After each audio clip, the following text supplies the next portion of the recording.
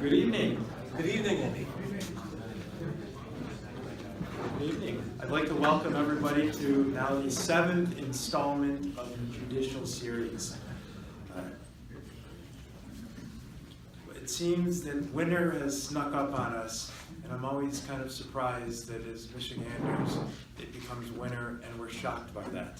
But it's a little cold, and we appreciate you coming out because we've got such a wonderful speaker tonight. We're very excited, and we've got some wonderful food. I hope that you came for the speaker because I know that it's going to be better than the food.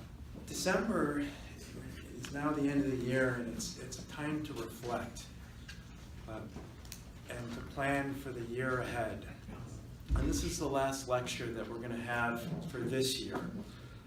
I'm really surprised that it's been 7 lectures and 8 months since the passing of my father, which is partly the basis for these lectures. It's really a time to reflect on what a year it's been. It's been a good year, but it's also been a year where we've had some monumental issues that have come up, such as just today. Now Jerusalem is going to be the capital of Israel and recognized by the United States.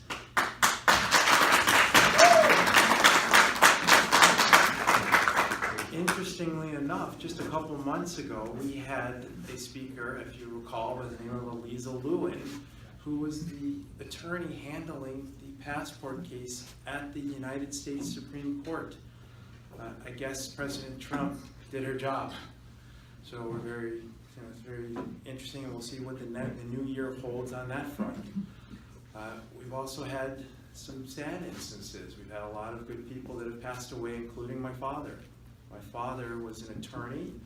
He practiced for 41 years before he passed away on April 2nd, suddenly of a heart attack. My family, after that, got together and we said, how do we keep his memory alive? And one of the ways that we chose to do so was to have this JEWdicial series because it's an opportunity to bring the community together and enrich our lives. And I believe that's what's going to happen tonight. It's going to be a continuation of that effort. So we're very pleased. I just want to again take a moment to thank my uncle Alan Cohen for conceptualizing this idea and funding this idea as well. I'd also like to thank Chaim Fink with Partners Detroit for really doing a tremendous effort and a lot of legwork to organize these lectures. Also, this is being put on in conjunction with the Jewish Bar Association of Michigan, or we like to affectionately call it JEWdicial, which is an organization that myself and a few others started about 3-4 years ago, which we have now been able to take from a very small idea to the point where we now have about 250 members consisting of Jewish judges and attorneys. We are also now a full-fledged 501c3 charitable organization, and we partner with organizations like Partners Detroit and other Jewish organizations to help provide legal support and a background for it and just assist with the community. So I just want everybody here to think about the Jewish Bar, and if you could see to do so, to go on to jewishbar.org and either join the organization or help to support us financially. At this moment, I'd like to bring up Rabbi Chaim Fink, because he is not just an incredible organizer, but the master of the introduction, and allow him to say a few words. Thank you, Andy. All right, good evening, everyone. I will be brief because I don't want to take any time away from our main event, but just a word about Partners. Partners Detroit, formerly known as Partners in Torah. Our mission, one of our missions, is to show that the lessons of our Torah, which go back so many millennia, are more relevant than ever today. And that's the message that we try to spread around the world, that those values could greatly impact our lives for the positive. Just a brief introduction of Yaakov. Salomon is an incredible lecturer. The quality of his speeches is fantastic. He's a psychotherapist from the East Coast. He has a wonderful family and children. He told me that all of his children are married now, so he and his wife now have time to take trips to Detroit and things like that. He is celebrating the bar mitzvah of his grandson tomorrow evening, and he still took the time to come here this evening, so we thank you for that. Prolific author, producer of films, what more need I say? And without further ado, I give you Rabbi Yaakov Salomon.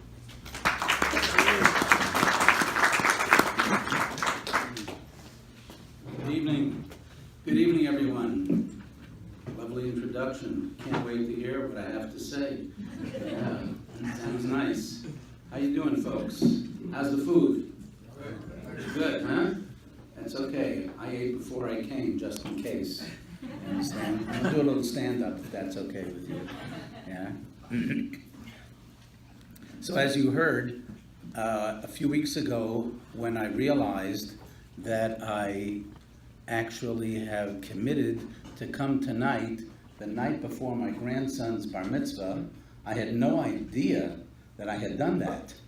I don't know who did that for me. Somebody did that for me. And my wife said, "You're going to Detroit on the night before our grandson's bar mitzvah?" So I have to get back, if you know what I mean. You understand? So tomorrow, there better not be any snow. I hope you're going to take care of that. No. Okay, that's what we were afraid of.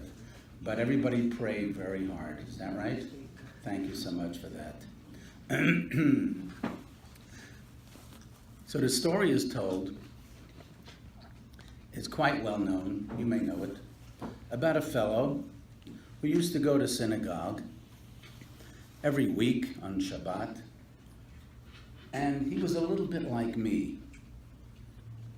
What that means is that he liked to linger after the services. You know, some people rush out and some people linger. I don't know, some of you may be lingerers.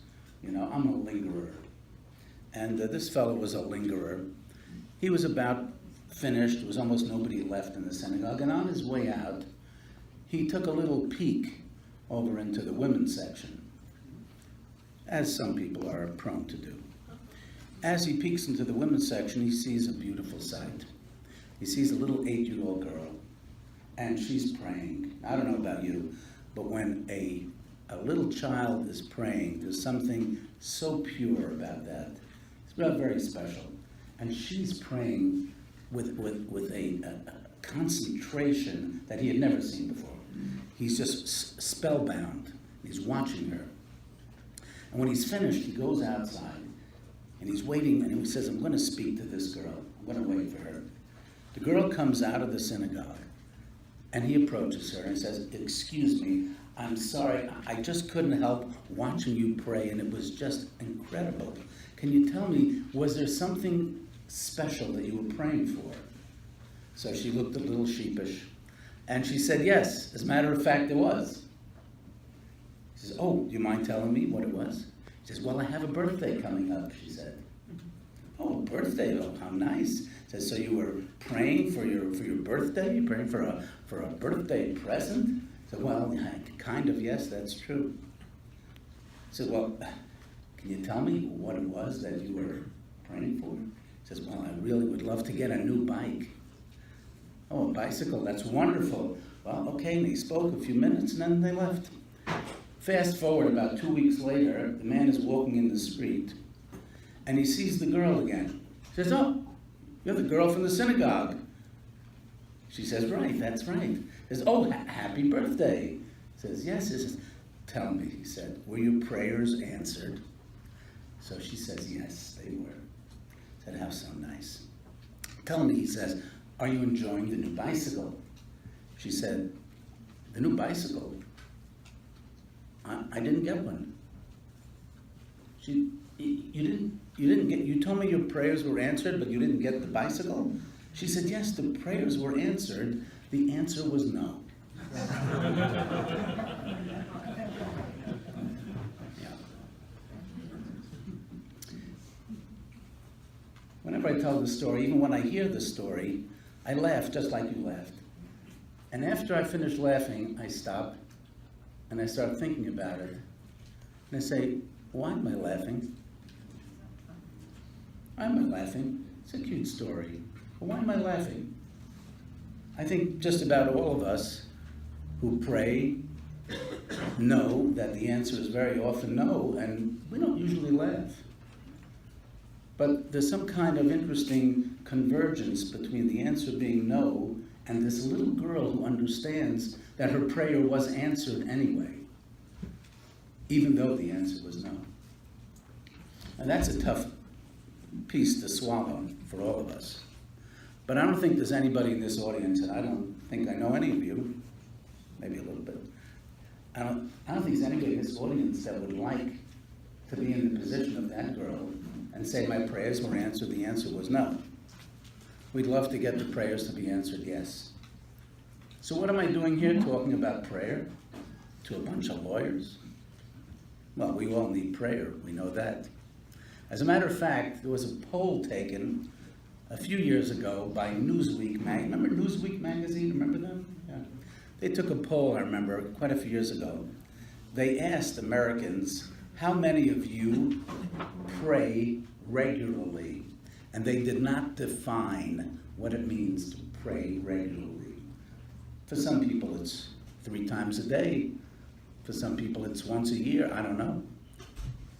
An astounding 76% of Americans said yes. I pray regularly.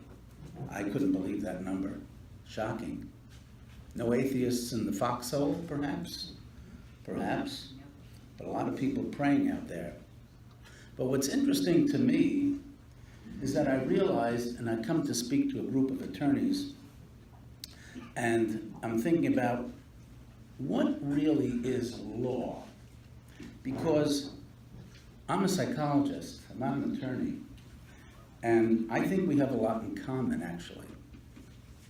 Because if you ask and yourself, which you should do, what really is law and what does it mean to be an attorney, I don't think it's a far reach to suggest that the job of the law is to understand and to clarify, make things clear so that we understand what to do and how to render judgment. Isn't that so?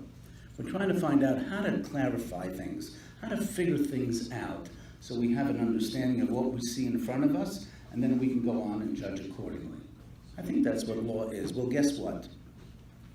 Contrary to popular belief, that is the same purpose of prayer. Prayer, the Hebrew word for prayer is, anybody? Hebrew word for prayer? Tefillah. But what is the root of the word tefillah? Now, the root word for the tefillah is something that very few people know. You can ask great scholars what the root word is of tefillah, and you're going to get a blank face. So if you meet any great scholars, like I think here, somebody, any great scholars, you say, hey, just sort of quick question, what's the root of tefillah, of prayer? They won't know. It's very difficult. The root word actually is pilel.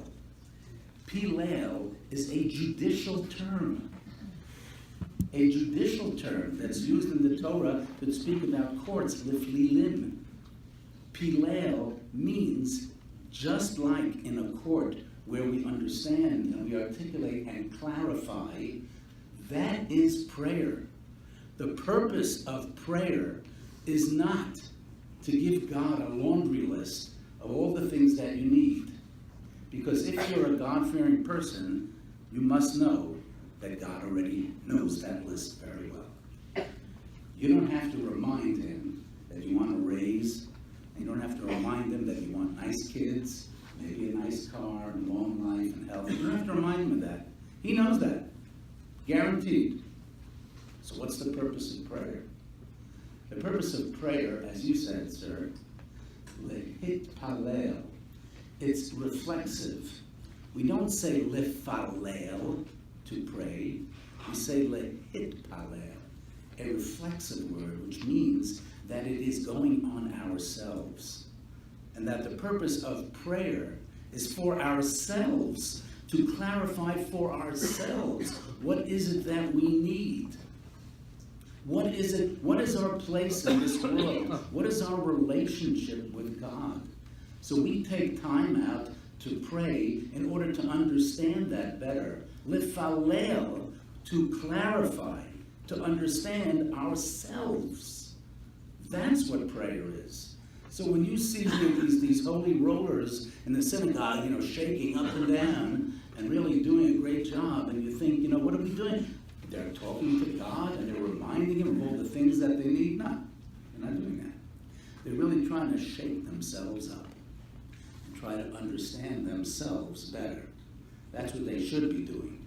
That's the real purpose of prayer. So I thought we'd speak a little bit about prayer, because not only do we need it, we're from the 76% or not, but also we'd like to clarify ourselves. What is our relationship, and what should our relationship be? Rabbi Noah Weinberg, of blessed memory, said that there is a secret to getting our prayers answered, and not answered no, but answered yes. Everybody wants their prayers to be answered yes. He says, how do you do that?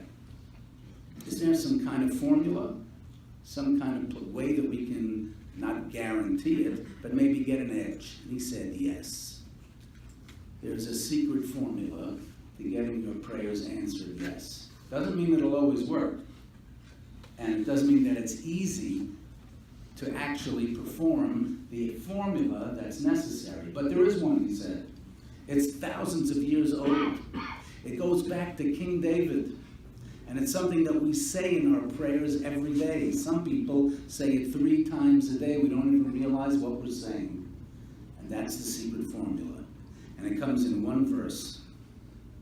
And the verse is, in Hebrew, and I'll translate, Karov Hashem l'chol karov, l'chol asher yikra'uhu be'emes. God is close to all who call out to him, with one stipulation. You have to call out to him be'emes, in truth. Or, as our kids like to say, get real. It has to be real. When you speak to God, it's got to be real. Of course, you can't tell lies. That's defeating the purpose. But it's more than that. You've got to be real with God. Relationship comes from the word real, speaking about the shoresh, the root word. Relationship, real. When you have a phony relationship, that's an oxymoron. There's no such thing. A relationship means that it's real. You want to have a real relationship with God. He said, that's the way to get God close to you. That's the way to get him to answer yes. So all of you sitting there thinking, what do I need to pray for?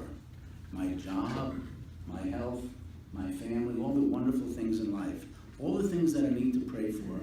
Whenever I do it, if it's once a year, if it's 3 times a day, and everything in between. Every time that I do that, I've got to remember only one thing. Get real. Just be real. If you're real, you have a guarantee that God's going to be close, and then you have an advantage that he may answer yes. If he's close to you, he can answer yes, if you're going to be real. So I like to tell people that before they pray, sometimes you see people running into synagogue and praying right away. Not a good idea. Before you pray, even if it's at home or it's in the office, or wherever you feel like it, you should stop for a moment at least. You want to get real with God. You have to at least understand who he is. Get a sense of who it is that you're speaking with. Before you have a meeting with a business associate or anybody out there, a client, you want to know who they are. You want to get to know them, find out who they are, do your research. Do a Google search on them, something. So what do you do then? How do you do that with God? So I like to suggest sometimes that just stop for a moment, take a look outside. I do this sometimes just for fun. And I take a look outside and look at the sky, and you see the sun up there. Now how far is the sun from the earth? 93 million miles. Just roll that number around for a moment, 93 million miles, right? I mean, 93 miles is pretty far, right? 930 miles, 93 million miles away. Imagine God, he creates this thing called the sun. Now he's got to put it somewhere. He says, where should I put that? Let's see here. Well, I could put it 92 million miles away. That won't work. We'll probably burn up. How about 94 million miles? No, good. We're going to you think it's cold in Detroit? No, forget it. 94 million miles. That'll do it. 93. Oh, hey, you know what? That works. 93 million miles. He knew exactly where to put that sun. Everything seems to work, right? 93 million miles away, everything seems to work. And yet, as far away as it is, you can't even look at it. That's pretty incredible. You create something that's so far away, works perfectly with all the constellations and the planets and the stars. Everything works perfectly in perfect orbit, and you can't even look at it. Too strong. I think now you're ready to pray. After you've done that, just look at the sun for a minute. I'm talking about for an hour.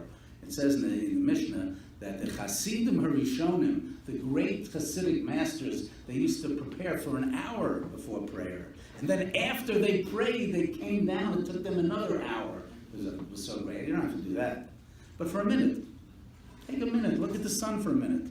Say, hey, this is who I'm talking to. I'm talking to a creator who put that thing 93 million miles away and I can't look at it. Okay, I think your prayer is ready. Or, remember in 1993, was it? It was a tremendous blizzard in New York. And we had like 27 inches in a few hours. It was wild. And it was a couple of days later, and I was driving in my car, and I'm listening to the radio, and they say on the radio that the meteorologists are trying to estimate, are you ready for this? How much did the snow weigh in the tri-state area? If they took all the snow from New York, New Jersey, Connecticut, and put it on a scale and weighed it, how much would it have weighed? So I said, oh, this is interesting. So I'm waiting for the number, of course, to go to commercials 6 times in a row. And finally they get the guy on, the meteorologist, and he says that the estimate was that in those 24 hours, what snow that fell would have weighed or could have weighed 100 million tons. 100, I don't know if it's true, but 100 million tons. You want to do the math? That's past my pay grade. 100 million tons, 2,000 pounds. That's what fell. I mean, if you think about that, you're ready to pray. Imagine God up there, he's got the snow machine, right? He turns it, sets the dial, 200 million tons. All right, good. Ready to go, you know? That's, you have to think that whoever I'm praying to now, he has a track record. He's done something. He can do something. God has the incredible ability to have 2 things. He has the willingness, the interest in giving to us, and he also has the capacity to back it up. He has both. It's what we call in our prayers Avinu Malkeinu. You heard that expression. Our Father, our King. Our Father who wants to give us everything, and our King who's able to give us everything. The perfect combination, or the perfect story. And with that, we'd be ready to pray. So he says, Rabbi Weinberg, that there are really 5 steps. Once you're ready to pray, you've got to put 5 steps into your prayer. And if you do it, you'll have a real relationship with God and you'll have your advantage. Step number 1 is the most difficult of the 5. As a matter of fact, it's the most surprising of the 5. Oftentimes, when I speak or I hear someone else speak, we kind of build up to the end, the climax, and have a great ending. That's not the case here. Anybody has to leave early, good news. First one is the most important. You miss the next 4, so what? At least you heard the first one. So the first one's the most important and the most difficult. And I'll show you why. Because the first one means and tells us that it is actually our duty that when we want to be real with God, the most important thing is to anticipate that whatever it is that we ask for, the answer will be yes. And this is surprising, because most people that I know, and anybody who I know who prays doesn't pray like that. They pray like, I know I don't deserve this. I know I'm not going to get it, but I'm saying it anyway. But maybe. Now, why is that not a way to relate to God? Because we say that God is our Father in heaven. We invented that, by the way. Our Father in heaven. Avinu Bashamayim, our Father in heaven. Now, you can imagine a fellow who calls his real father one day. Calls him on the phone and says, "Hello, Dad." He says, "Yeah." Says, "Listen, Dad, I'd like to talk to you about something. When can we do that?" Father says, "Sure, right now, but time." No.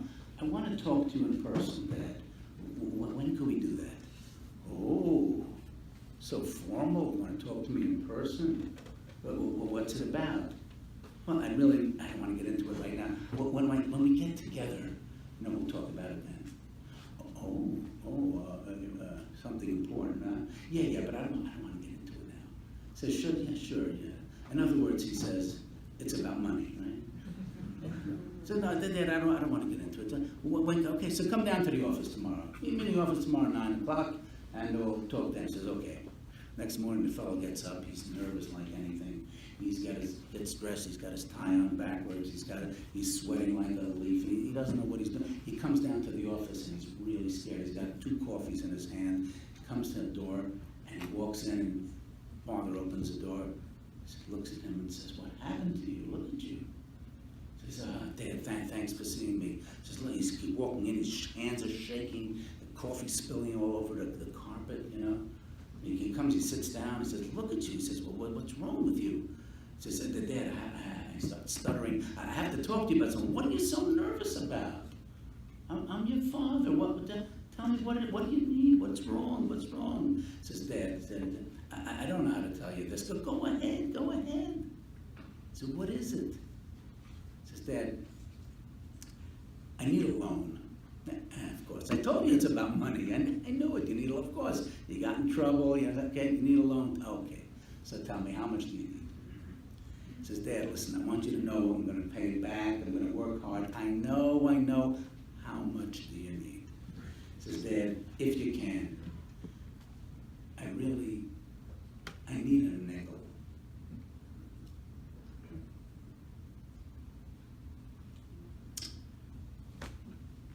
So, what's a good father supposed to do now, right?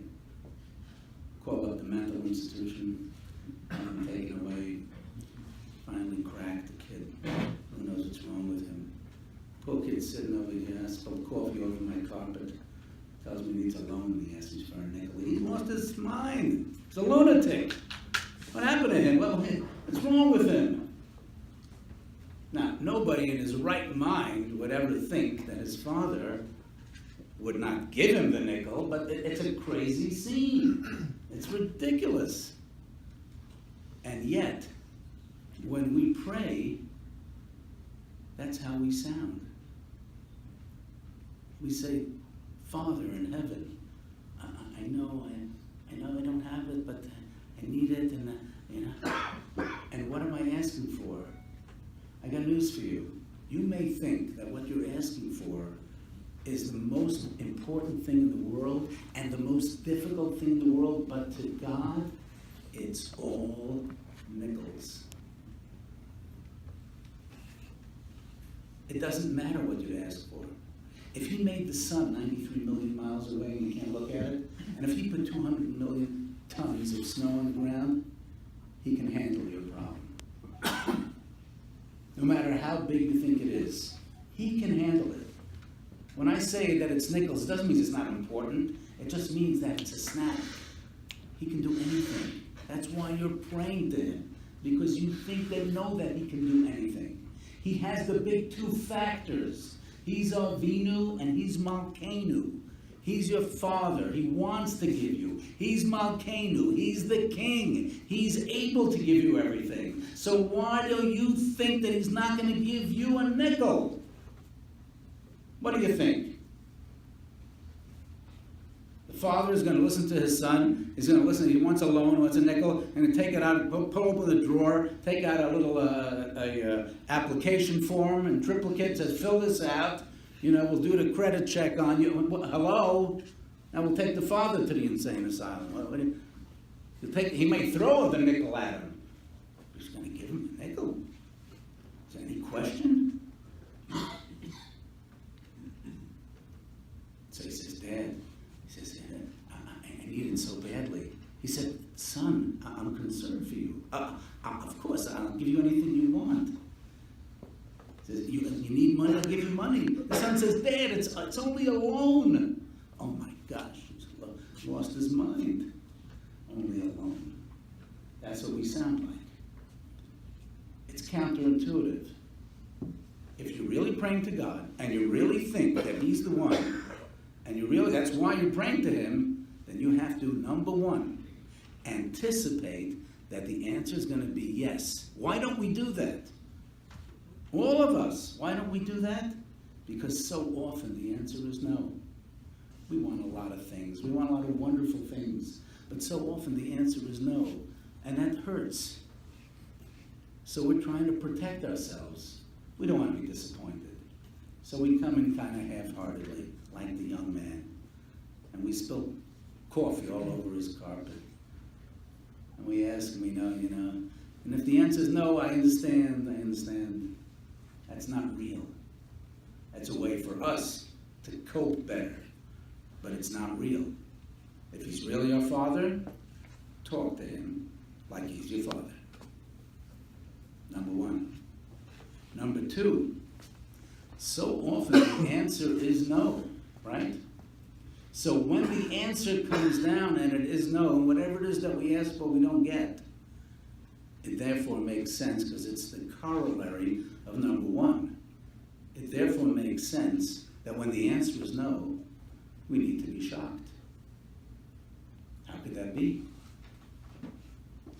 Fellow graduates business school, gets an MBA. His father is the CEO of a major firm. He knows tomorrow morning he's going to walk in and have a great job. No question about it. So at graduation, they're talking about it. Don't forget, son, tomorrow morning, Monday morning, come to work. I got a nice corner office for you, private secretary, MBA, ready to go, right? Next morning he wakes up, comes to the office, 9 o'clock. There's a security guard waiting there. Says, yes? He says, I'm starting to work today. The guard says, what's your name? He said, my name. My father owns the place. You know me. He says, I'm sorry, no job for you here. Hello? It must be a mistake. No job. My dad owns the place. Well, no job for you here. Now, what does he do, this fellow? Does he just walk away and say, okay, I guess there's no job for me? He's got to be shocked. He should be surprised. How's this possible? It's my father. My father owns the place. He's got to have a job for me. He said he'd have a job for me. I know that I'm qualified. If the answer is no, it's not enough to just accept it. We have to be surprised. Because that's what it means to be real. Imagine if this father with this kid with the nickel, imagine if he really did say, sorry, son, can't help you with the nickel. It would be shocking. Step one, anticipate the answer to be yes. Step two, if the answer is no, at least be surprised. But step number three is the key. Because step number three takes it much further. Because it's not enough to be surprised. You've got to ask yourself, why? Why would my father deny me that nickel? It's got to be a reason.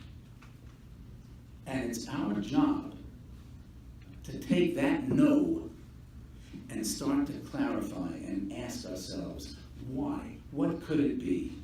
What's the answer? What is going on? Why is there a gap in this relationship? You know the story, the fellow's going off to school, and he's good friends with his uncle. He's got a nice uncle, Uncle Sam, we call him. David's going off to college. This was many years ago, and before he leaves off to college, he says to his Uncle Sam, he says, Uncle, I'm going to miss you, Uncle Sam, you know, I'm so close to you, but I'm going off to school, you know, and this is a big day for me, etc. He says, David, I know you're going off to school. I wish you all the best in the world. Do me a favor. When you get to school, after you settle in, do me a favor. Write me a letter. That in the old days, it used to be like people used to write a letter. I don't know if you've heard about that. People had pens. Remember when people had pens? Yeah. And they had paper, and then they wrote it. What they did was they wrote things on the paper. Then they folded the paper up, and they put it in an envelope. Thank you. An envelope, right? And then they put a stamp. Right? And then it was archaic, but people actually did that in those days. So Uncle Sam tells David, don't forget me. Write me a letter when you get there. So David goes off to school, and guess what? He forgot Uncle Sam. No letter. Weeks go by, month goes by, 2 months, and nothing, he hasn't heard from him. Uncle Sam says, I don't know what's going on. You know what? I'll write him a letter. So he writes Sam a letter. Dear Sam, what's happening in school? How are the professors? How are the courses? How's the dorm? How's the football team? How's the food? Etc. Tell me, I want to know, you know, hey, we're close. Nothing. No response. Nothing. 3 months go by. No response. He writes him another letter. David, why don't you answer me? Tell me about the school. I'm just interested. Nothing. No response, man. This goes on for 6 months. He's getting nervous. He calls up the school. Says, you have a fellow, David so-and-so, registered? Sure, he's in, yeah, everything fine. Why doesn't he answer me? So Uncle Sam says, you know what? Says, I got an idea. He writes David another letter. And he says, Dear David, tell me how the classes are, and etc., the professors. And then at the end of the letter, he writes this. He says, David, he said, I'm enclosing in the envelope here $1,000 check for you, just to cover some of your incidentals. And then he proceeds to fold the letter, put it in the envelope without the check. You think Uncle Sam got a response from David? What do you think? 2 days later, FedEx from David. Uncle Sam, I miss you. So nice to hear from you. Oh, wow. Wonderful. Let me tell you all about my college experience. Oh, and he goes on and on and on. And then at the end of the letter, by the way, I think you left something out of it. You know? Yeah. See, Uncle Sam's a pretty shrewd guy. He knows how to get David's attention, right? Pretty smart idea. So let's take God. Who's smarter, Uncle Sam or God? You think God has a way of getting our attention? Yeah. If Uncle Sam could figure out how to get David's attention, maybe God also can figure out how to get our attention. What do you think? Could be. Could be. So you know what he does? Sometimes he says no.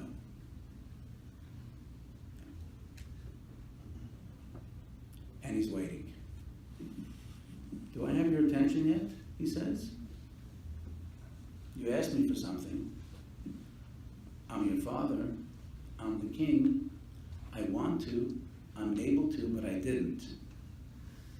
I'm trying to get your attention. I'm trying to point something out to you. I want you to think about why the answer was no.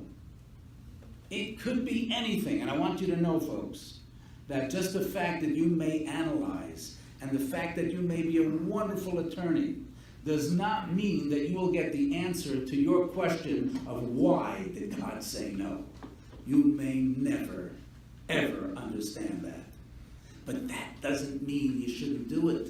That doesn't mean you shouldn't try to figure it out. Because the very fact that you're trying to figure it out will make you a different person. Once you start thinking about, why was it no? Why could that? Why did God not grant me? Why did he not give me that nickel? There could be so many reasons. You go through that, what I call a spiritual inventory, and you figure out, what do I need to improve in my life? You don't know the reason for it. But the process of going through it will completely change you. And God says, now I got your attention. So I had this personally in my own life. A little bit of a ridiculous story, but it actually happened. Why is it a ridiculous story? Because I used to live in New York, since moved to New Jersey, seen the light. But I lived in Brooklyn, New York for almost all my life. And we have one of the things that I really miss about Brooklyn. I don't know if you know Brooklyn, New York pretty well. I don't think you have it over here. It's a New York kind of thing. One of the things that I really miss is that in New York we have what we call the alternate side of the street parking regulations. That's an outstanding feature of life in New York. Every week, like once a week or so, sometimes twice, depending where you live, they clean the streets. They have to clean the streets. They can't clean the streets if your car is parked there, so you have to move the car. Everyone has to move their car on one side of the street once a week at least, for at least an hour and a half to get the street cleaner machines in, etc. So we have the street cleaning regulations, and it's one of the highlights of my life there. I really enjoy that. And if not, of course, anyway, so we had these regulations. True story, on Friday, we had to move it out at 11 o'clock. And there I was, I remember, one Friday, and I looked at my watch, and it's about 5 to 11, and I realized I never moved my car. That's not a good thing. So I quickly run upstairs, and I get to the front door, and I walk outside, and I see my car is sitting there, and it's all alone. The only car on that side of the street. Oh, that's a bad look. When you see the only car there, that's bad, because that car's got a bullseye on it. You know what I mean? So I, oh boy, thank God, thank you God, thank you my Father. You reminded me at 5 to 11 at least so I can move my car and not get ticketed. Great. So I quickly run inside and I get my keys. So I run to the kitchen to get my keys. I get my keys, and what do you think happened? The phone rang. You see, many years ago, people had phones. Remember, they also had letters. People also had phones. I know it's funny, but they were like these coiled things that come off the wall. I don't know if you've ever seen them. Have you ever seen those? Anyway, so the phone rings, and of course, if the phone rings, you have to answer it. You know, believe it or not, there was no caller ID then. I don't know if you remember life before caller ID. And I didn't know who it was, so I picked it up, because it could be important. So I picked it up. You're going to know the end of the story, of course. It's not the end, though. And I picked it up, and I'm on the phone just, I gotta go move the car, I'm sorry, I can't do it. And I hang up the phone, and I run outside, but now it's already 11:01. And when I run outside,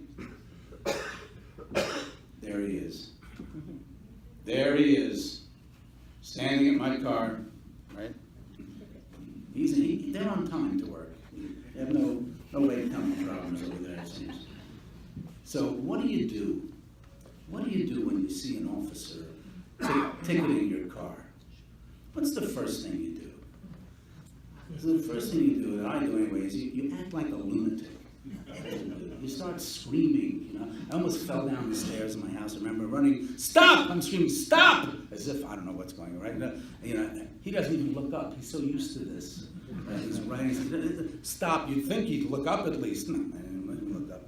So, stop! You know, then you come up there, and as you get closer and closer, that's what happened to me. He turns to me, and he looks up, and he says the magic 2 words. He says, I'm writing. Can't disturb him when he's writing. He's writing, you know. He looks down at me like, step back. You know, like Har Sinai. You know, like Mount Sinai, you have to step back. He's writing. So what's the second thing you do when you see the cop ticketing your car after you act like a lunatic? What? You start explaining. This is very valuable. He said, well, you see, I was 5 to 11, and I came up, and I didn't see the car, and I went inside, I hit the kitchen, I did my keys, and then the phone rang, I have no caller ID on the foils, and no matter what he's heard everything, irrelevant, but that's what we do. We're not really rational beings. You know, we act like lunatics, and then we explain why he's not interested. He's writing. Understand? That was it. So okay, so he writes me the ticket, $65, slaps it on the car. I don't know where it came from. I was out there a minute before. I didn't see him, but you know, they have a way to hide behind the trees. I don't know what they do. Anyway, then they come, gives the car, and I'm gone. About a half an hour later, I had to go somewhere. It was one of those in-between places. I could walk over there, or I could take the car, either one. It was just around the corner, you know? So I was about to take the car, and then I think to myself, it says, you know, I think I'll walk. Why? I paid for that spot. $65. I'm not moving that car. This is how reasonable we are. Right? It could have been miles away. I would have walked. I'm going to tell you the truth. And there I go, and I start walking around the corner. And I walk around the corner, and this is what I see. I go into Coney Island Avenue, which is a major thoroughfare. It's got major traffic both ways, and there are cars parked on both sides, and there are 3 lanes in the middle, and then right in the middle of the lane, there's a car that is double parked. He's not parked in the parking lane, he's parking in the traffic lane. He parked in front of a store there, and just left his car there. Okay, happens very often on Coney Island Avenue, as a matter of fact. So as I walk around the corner and I see that, I see the car, or a double park, I said, oh, another double park car. And right behind him comes Mount Sinai himself. Here he comes. The same guy who a half hour before read me the riot act, but he didn't, and he came around the corner, and there he is. I said, oh, the same guy. Oh, my hero. Oh, boy. He's going to get his, you know. So what do? This is not my proudest moment of my life. What do? I stop to watch. You know how we do that? Let's see what happens. I got mine. Let's see what happens over here. The fellow gets out of his car, the cop does. He comes over to the car that's double parked, looks inside, there's nobody there, right? So I'm thinking, take it. No, not take it. He looks at the car, and he's looking at the front windshield, he's reading the inspection sticker, the registration, whatever he's doing over there. Then he goes around to the back, he looks at the license plate, you know, then he comes around this side, he's doing the hakafas for some Torah, you know, like going around. He goes a couple of times around the car, to my total disbelief, and I'm standing on the sidewalk, and what am I saying to myself? Give him the ticket. This is totally not my proudest moment. I'm just being honest with you. That's what I'm thinking. Give him the ticket. If I had a ticket, he should get a ticket. The police officer then, true story, I watched it myself, hops the curb, goes into a store, goes into the store and says, somebody's parked out here, better move it or you're going to get a ticket. What? What? Where did that come from? I'm watching him. He comes out of the store, folks. This really happened. He comes out of the store, he goes into another store. In a second store. He's got all the time in the world suddenly. Yeah, somebody's parked there, they're going to get a ticket. I'm standing there going, going to get a ticket? Give him the ticket! I didn't say it, but that's what I'm thinking, you know. And then I stop. I look at myself, and I say, what in blazes is wrong with me? Just because I got a ticket, that means he's supposed to get a ticket? What does one have to do with the other? When I left the scene before of my ticket, I said to myself, I have to understand that this is God's work. He gave me a ticket. I don't know why. I did my own inventory. And I asked myself, why? Why did I get a ticket? The answers could be, I don't know what. I owed $65 to somebody, I didn't pay him back. I'm irresponsible with money. I don't give my wife enough money. I don't have enough time. I'm not careful with time. So I put my keys in the wrong place. I'm an irresponsible person. I don't give enough charity. I mean, there's a long list of why I could have gotten that ticket according to God. I don't know which one is right. But when I do that, I say, that's a good thing, because now I'm starting to think about myself. That's a very good thing, even if I don't know the answer.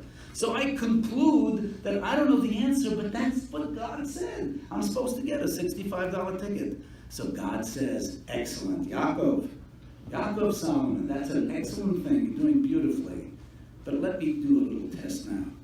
I'm going to put you around the corner in a half an hour, and I'm going to show you that there's another car over there, and he's not going to get a ticket.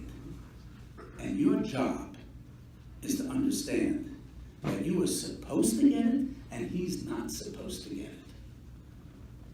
And I failed that test. I'm thinking, if I get it, he should get it, and that's what we all do. But that's totally off. We've got to understand that God is trying to get your attention.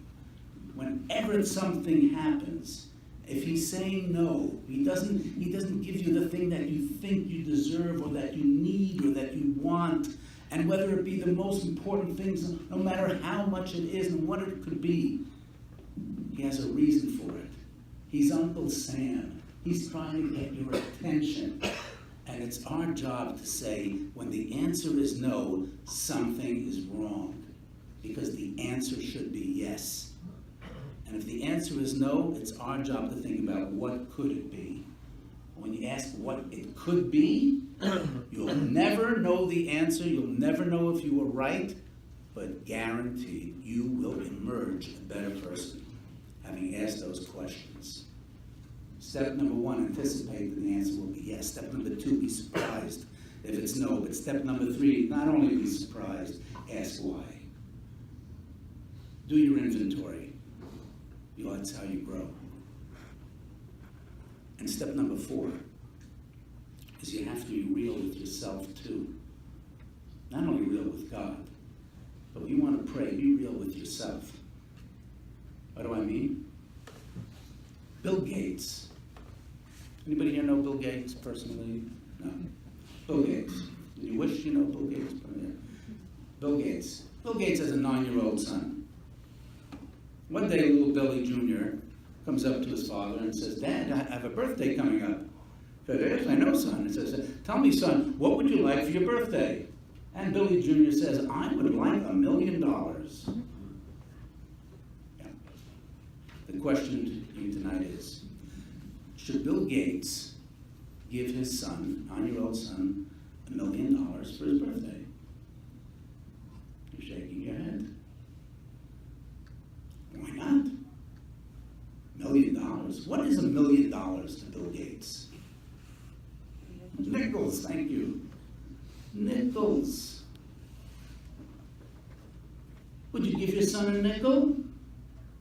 Why can't Bill Gates give his son $1 million if it's nickels? What's the answer? What's the answer? Head shaker. Because it's not good for him, thank you. Because it's not good for him. He shouldn't have $1 million. Wait till he's 10 or 11. Nowadays, right?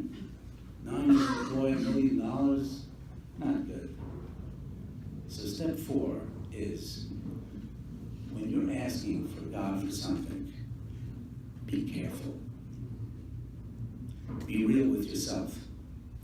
Ask yourself, is this, what I'm asking for, is this really good for me? Don't take it for granted. Don't think that what you're asking for is necessarily good for you. Because if it's not, he's not getting involved. You say, I want a raise. What could be bad with that? Well, God says, what are you going to do with it? How are you going to spend your money? How are you going to spend your money with that raise? Not so simple. Is it really going to be good for you? Well, I want good children. You want good children? Why? Why do you want good children? You want to show them off to your neighbor and to your siblings? Look at my great kids. Make them feel bad and jealous? Why do you want good children? Well, I want health. What could be wrong with that? So God says, you want health? Why? Why do you want health? You want to live longer. You want to live longer? Why? Why do you want to live longer? What are you going to do with your life? You're going to do something valuable? You're going to be Alan Cohen? You're going to take a tragedy and you're going to turn it into something that will be a great thing for people? Alan Cohen is a great man. I know Alan very well. He's a great man. Whatever he does, I guarantee you, he's thinking, is this going to be good? Good for me and good for the Jewish people. That's what he does. He pours everything through the same funnel. That's what we have to do. Don't automatically assume that whatever it is that you're asking for is going to be good for you. And if it's not, leave it out. Rabbi Weinberg, of blessed memory, said that when he was in 3rd grade, it was 1939, the World's Fair in New York. And he comes to school one day, and everybody in the class gets together. That's what he says. This is his story. And they all get together, and they decide that the next day, they're all playing hooky from school, and they're going to the World's Fair. 3rd graders going on the subway. And in those days, they did that. Don't try it today, folks. So they all decided they're going to go to the World's Fair. And they said, look, we're not going to get in trouble because we're all playing hooky together. Nobody's going to show up. What could they do to us? Right? So they all decided. And the leader of the pack leans into the other kids. And he says to them, okay, we're all going to go, but everybody's got to bring $1. If you don't bring $1, don't come. No freeloaders. He said he was so intimidated. Little Noah, he didn't have $1. He didn't have $1. The only time he got $1, he said, was when he memorized the whole chapter of the Mishnah by heart, and his father gave him $1. But that takes weeks or months. He wouldn't be able to do that. So he goes home, he's all excited to go to the World's Fair tomorrow, but he realizes he can't go. He doesn't have $1. So imagine this little boy is going to sleep crying because he doesn't have $1. He wakes up the next morning and he says, you know what, I got an idea. I'm going to go to school. I'm going to be a hero. I'm going to be the only one that shows up. I'll be the only one in the class. So I don't go to the World's Fair, but I'll be a hero. Oh, my teacher will be so proud of me that he doesn't know that the only reason I'm not going is because I don't have $1. He's going to think I'm a good kid. So I'll be a hero. He was so excited. He gets dressed. He's about to leave the house. He says, that's what he says, and he stops and he says, wait a minute, he said. I don't want to be a hero. I'm only in 3rd grade. I'll be a hero later. I want to go to the World's Fair. But I don't have $1. What am I going to do? So he says, my father taught me that you can pray. And when you pray, God listens. And if you pray for real, he answers. You know, people find dollars in the street. He said, I'll walk to school, and while I walk, I'll look in the street, and maybe I'll find $1. So if I find $1, I'll go to the World's Fair. And if I don't, I'll be a hero. So here is this little kid, this little 3rd grade kid walking off to school, not knowing what will happen. After the first block, he looks down, he doesn't see anything, he looks up to God and he says, look, I have to pray. He says, God, please send me $1. I don't want to be embarrassed. All the kids are going to school, to the World's Fair. Please, I don't want to be the only one. Please, send me $1. Looks down, nothing. Goes to the next block, nothing. Looks up again, says, God, if you send me $1 now, I'll eat my peas and my rice, and I'll be good to my sister, and I'll be so good. Just send me the $1. Looks down, no $1. Goes to the next block. He's almost at school already. He's getting a little desperate. Comes to the corner, he looks up to God, and he says, God, if you send me that $1 now, I'll never do anything wrong again for the rest of my life. He's a desperate kid. Then he stopped and said, wait a second. I I just said if he sends me the dollar, I won't do anything wrong for the rest of my life, but if he sends me the dollar, I'm going to play hooky and go to the World's Fair. I'm going to do something wrong right now. Forget about the rest of my life. Right now I'm going to do something wrong. He looked down, there was no dollar. I know you're all hoping that he finds that dollar, but Rabbi Weinberg said he did not find the dollar in the street. And he went off to school, and he was the only one, and he was a hero. But more important than being a hero, he said, he realized that you can't pray for something that's not good for you. God's not going to send him the dollar so you can go to the World's Fair. And when we pray, we have to ask ourselves, no matter how wonderful it seems, what am I going to do if the answer is yes? What am I going to do with my health? What am I going to do with my kids and my raise and everything else that I want? Just don't assume it's going to be the right thing. If it is, you can ask, but if it's not, stay away. Step number 1, anticipate the yes. He's your father. It's Nichols' fan. Number 2, if it's no, be surprised. Number 3, don't only be surprised, ask why. He said no. Number 4, make sure you're real with yourself. Only ask for something that's good for you. And finally, number 5, then I let you go.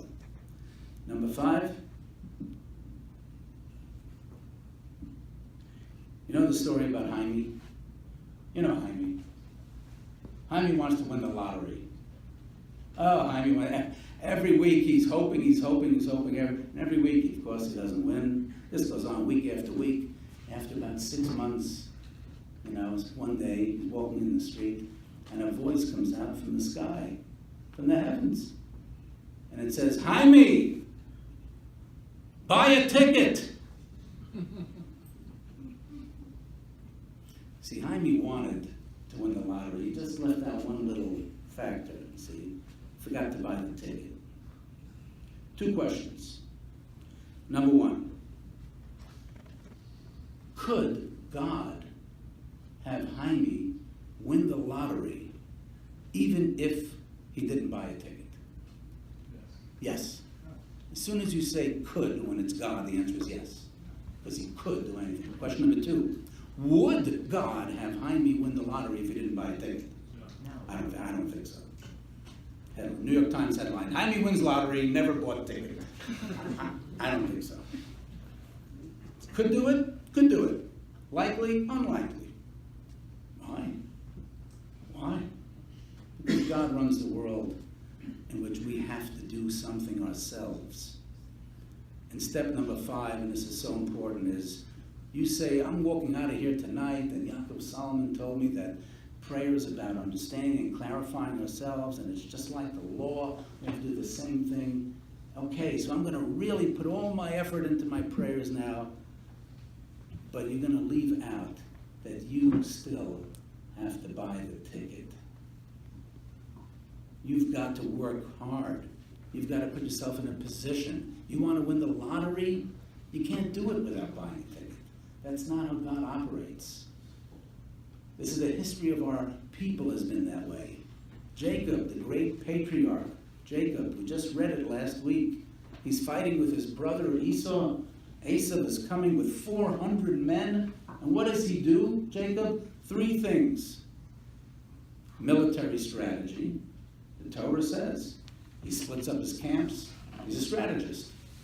Number 2, bribery. I got some presents waiting for him. I'll pay him off. He'll be good to me. And number 3, prayer. I'll tell you, when I was a kid, I always wondered, I said, I don't get it. The patriarch, Jacob, wouldn't prayer be enough? He's a patriarch, whatever that is. He's the leader of the Jewish people. His prayer must have been incredible. That would be enough, isn't it? No, that wasn't enough. Jacob understood. You got to do military strategy. You got to have bribery. You got to do prayer too. Yeah, that's important. But if you leave out the first 2, it's not going to help. You still got to put in what you had to do. The Jewish people themselves, they're leaving Egypt. 3 million strong, running off to the Red Sea. They're trapped. The Egyptians are coming. And what do? You know what they do. They pray. They pray. They scream to God. What are we going to do? We left Egypt for this? Look who's coming. They start praying. And God says, praying? Praying? You're asking me what to do? They're all puzzled. What are you supposed to do now? One man. His name was Nachshon ben Aminadav. One man says, I got it. I got it, guys. What? What do we do now? You know what you do now? Follow me. Follow me. Where's he going? He's going into the Red Sea. That's where he's going. That's the only way out. He's going into the Red Sea. He's lost his mind. He's going into the Red Sea. Follow me. And he goes, and the water comes up. And the water comes up, and he's walking. And he doesn't hesitate, and it reaches his nose. And he keeps going. And then the waters part. And God says, that's what I was waiting for. You've got to do something. You want to pray to me? Great. But what are you doing about it? So Nachshon says, I'm doing something about it. I'm walking into the Red Sea. And the tribe of Judah follows him, and then the whole Jewish people. And the rest is history, and now we have Passover, and we sit at the Seder. Because one man understood. One man understood step number 5. That is, prayer is great, but if you want to be real, do something yourself. Buy the ticket. Anticipate the yes. Be surprised if it's no. Ask yourself why. Make sure it's good for you. And number 5, buy the ticket. Don't just leave it up to the prayer. With that 5-point formula, our chances of getting the yes are greater. Guarantees? No, not yet. But they're greater. Why? Because we're being real. That little girl with the bicycle, she understood. My prayers were answered. The answer was no. It was answered. No prayer goes for naught. Every prayer is answered. Every prayer is important. Every prayer is holy. But if we want the answers to be yes, and all of us really do, the answer is one word, BMS. Be real. Remember, you're talking to your Father. He wants to, he's able to. Avinu Malkeinu. And when you get back to work tomorrow, you go into the office, and you take time out for a moment to pray, that's what you should be thinking of. And if you're going to court, and you're thinking of it, it's a lot easier to pray then, because the whole system is set up that way, for you to be able to look upon high and say, I hope, I pray that things are going to go right for your client, for yourselves, whatever it may be, whatever it is that you're thinking of. Law is about clarification, doing what's right. That's what judgment comes. That's what prayer is. It's the same thing. It's not for God. He doesn't need your prayers. He doesn't need your list of what you need. He looks and says, I know. But for yourself, you want to grow as a human being, as a Jew, you want to be a good person, you want to be a great person. That's what you need to do. My blessing to all of you, that you should be able to use those things that we spoke about tonight, be successful in every which way possible, have great happiness, share with others, grow as others do, and a great memory of your dad, and all the wonderful things that he did, and your uncle, who's a tremendous fellow, and I'm sure you are as well. And I thank you so much for allowing me to come to you tonight. I hope you enjoyed it.